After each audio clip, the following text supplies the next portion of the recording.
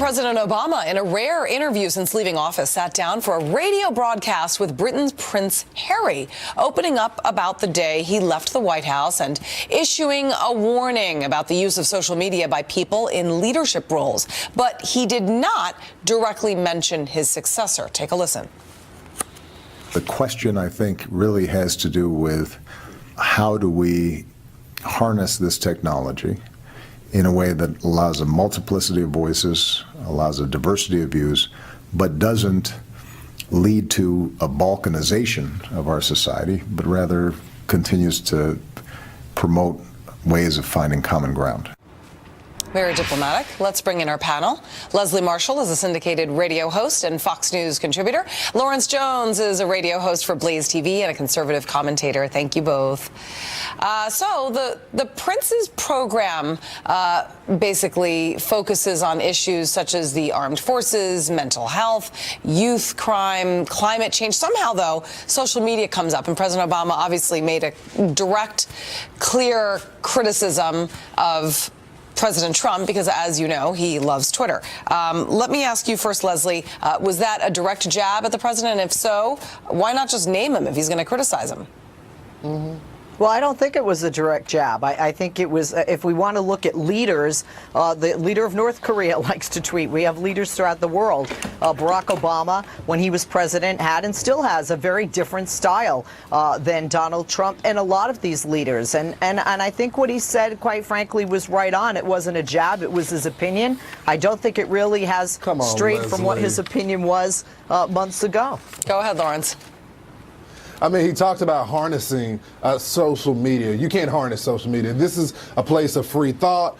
Whether you agree with or disagree with what the president says, he has been able to get directly to the American people. I think, Julia, a lot of these people that are former politicians or current politicians have a real problem with what Donald Trump is doing because they are so fake. A lot of them do a lot of things behind closed doors. I've been around a lot of them, and then they pretend to be so astute on social media in front of the public, but that's really not the real them. And so Donald Trump, love him or hate him, he's kind of real.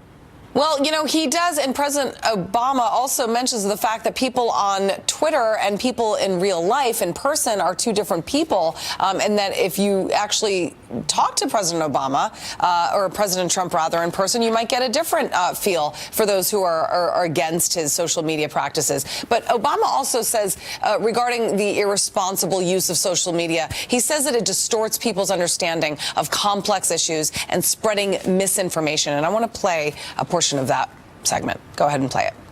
All of us in leadership have to find ways in which we can recreate a common space on the internet. Mm-hmm. One of the dangers of the internet is that people can have entirely different realities. They can be just cocooned in information that reinforces their current biases.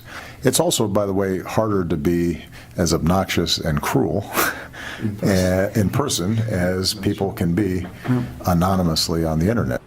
So, Leslie, you think he's talking about Kim Jong-un there? I mean, come on. And first of all, he does talk about, you know, how Twitter can reinforce biases. But isn't that why President Trump uses Twitter? He has said this himself, that he uses Twitter to get around the media bias that follows him.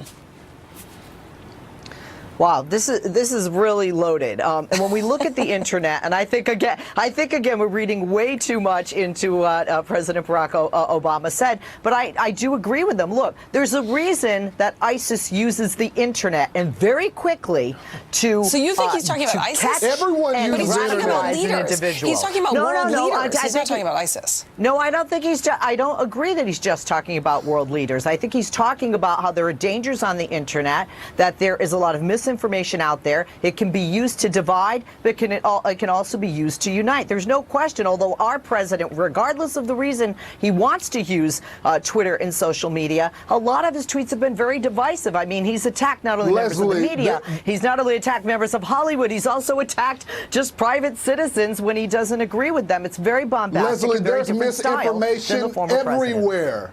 There's misinformation everywhere. It is up to the American voters, the American people, to do their own research. Shouldn't the leader of the free world be a calm in the storm and lead by example rather than jump on that bandwagon? Of course, that's why he's going directly to the American people, because there's been so much misinformation by the press. There's been such a biased press. And so when you have a biased press, when you're a world leader, you got to go directly to the American voter. And that's what Donald Trump is doing. I think that the personal attacks could be left out. I think that many would agree that maybe it's not very presidential to be attacking cable news hosts and celebrities and the like. But that is Donald Trump. I mean, if you've ever met the guy, he says what he thinks and he tweets what he wants to tell people. And at least if he he's can't tell them to honest. their face. At least he's honest and give him don't use people without saying their name, like President Obama just did, being so patronizing. If you're going to target somebody, just go directly to them. Say their name. Don't act like, oh, this is that was Kim sort of the point or somebody else. Yeah, that was where I was going with that. I mean, if you're going to criticize somebody, just come out and say it. You know, if I have a problem with Rick, I tell him, and I enjoy it, actually. Right. Problem with me. No, but I'm just saying if I had one. All right, Lawrence and Leslie, thank you both. Appreciate it.